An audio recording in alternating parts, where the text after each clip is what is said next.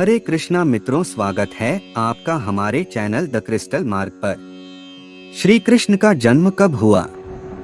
श्री कृष्ण का जन्म 19 जुलाई 3228 ईसा पूर्व श्रावण मास रोहिणी नक्षत्र बुधवार के दिन मथुरा में हुआ था। श्री कृष्ण 125 वर्ष 8 महीने और 7 दिन जीवित रहे। 18 फरवरी 3102 ईसा पूर्व को उनकी मृत्यु हुई। कुरुक्षेत्र के युद्ध के समय श्री कृष्ण 89 वर्ष के थे। कुरुक्षेत्र युद्ध के 36 साल बाद उनकी मृत्यु हो गई। श्री कृष्ण जी का परिवार: श्री कृष्ण जी के बायोलॉजिकल पेरेंट्स वासुदेव और देवकी, अडॉप्टेड पेरेंट्स नंदा और यशोदा मैया, बड़े भाई बलराम, बहन सुभद्रा थी। श्री कृष्ण कौन से रंग के थे? श्री कृष्ण अत्यंत मनमोहक सांवले रंग के थे। वे सिर्फ तस्वीर में ही इतने मनमोहक दिखाई देते हैं, तो सोचो रियलिटी में वे कितने सुंदर होंगे।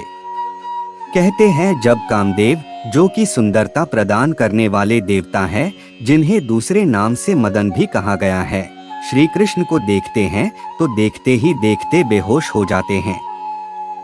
और कहते हैं उसके बाद श्री कृष्ण को मदन मोहन के नाम से भी जानने लगे। श्री कृष्ण को बांसुरी किसने दी थी?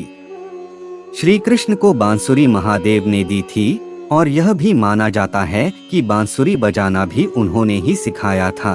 भगवान श्री कृष्ण की कितनी पत्नियां थीं? श्री कृष्ण की कुल 16,108 पत्नी मानी गई है। जानिए कैसे। श्री कृष्ण की मेन प्रिंसिपल वाइफ 8 थी: रुक्मणी, जाम्बवंती, सत्यभामा, कालिंदी, मित्रबिंदा, सत्या, भद्रा और लक्ष्मणा। इन्हें अष्टभार्या भी कहा गया है।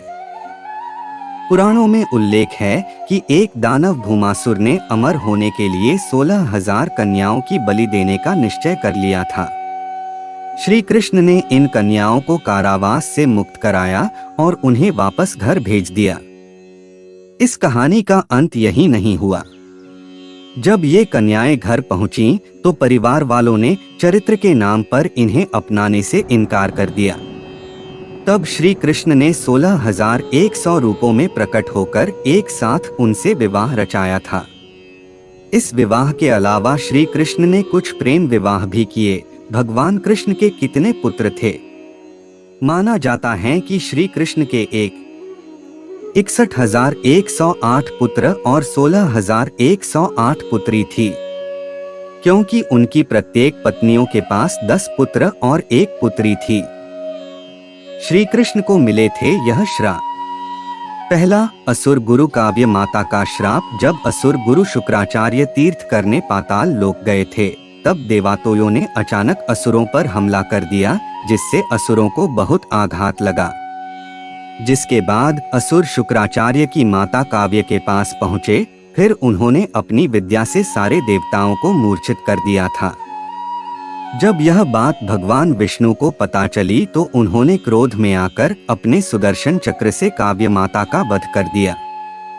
जब यह बात शुक्राचार्य को पता चली तो उन्होंने भगवान विष्णु को श्राप दिया कि उन्हें भी एक समय मृत्यु लोक में जन्म लेकर मृत्यु को सहना पड़ेगा, जो कि सत्य भी हुआ। उन्होंने द्वापर युग में श्री कृष्ण अवतार लिया, जो कि विष्णु जी के परम अवतार माने जाते हैं। दूसरा, श्री कृष्ण को दूसरा श्राप कौरवों की माता गांधारी से मिला था।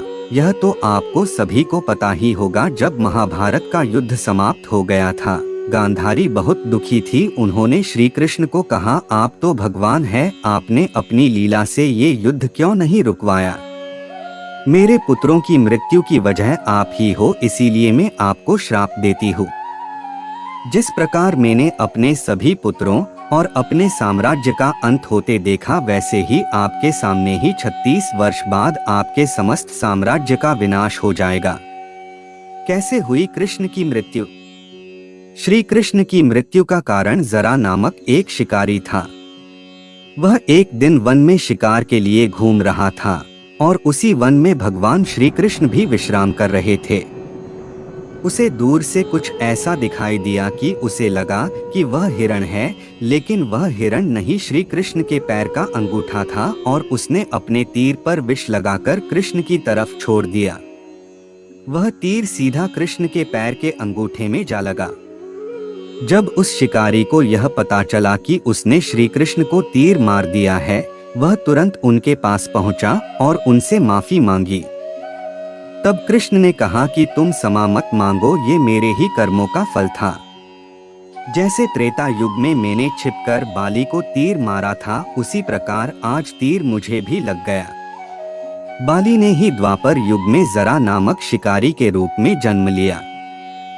क्या आपको यह जानकर हैरानी नहीं होती कि कृष्ण तो स्वयं भगवान थे, उन्होंने तो कई असुरों का वध अपने बालपन में ही कर दिया था। तो फिर ये छोटा सा एक विष का तीर लग जाने पर उनकी मृत्यु कैसे हुई, हम बताते हैं आपको। यह बात तब की जब श्री कृष्ण ने सभी योद्धाओं से पूछा कि आपको महाभारत का युद्ध खत्म करने में उन्हें कितना समय लगेगा। तब भीष्म पितामह ने कहा, मुझे 20 दिन, कर्ण बोले 24 दिन एवं अर्जुन बोले 28 दिन में महाभारत का युद्ध खत्म कर देंगे।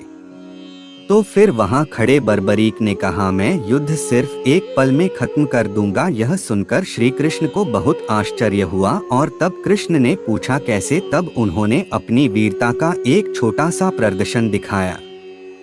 श्री कृष्ण ने कहा कि ये जो पेड़ देख रहे हो, इसके सभी पत्ते छेद कर दिखाओ। तब उसने अपना एक तीर चलाया जो कि एक एक करके सभी पत्तों को छेदने लगा। तभी श्री कृष्णा ने एक पत्ता अपने पैर के नीचे दबा लिया।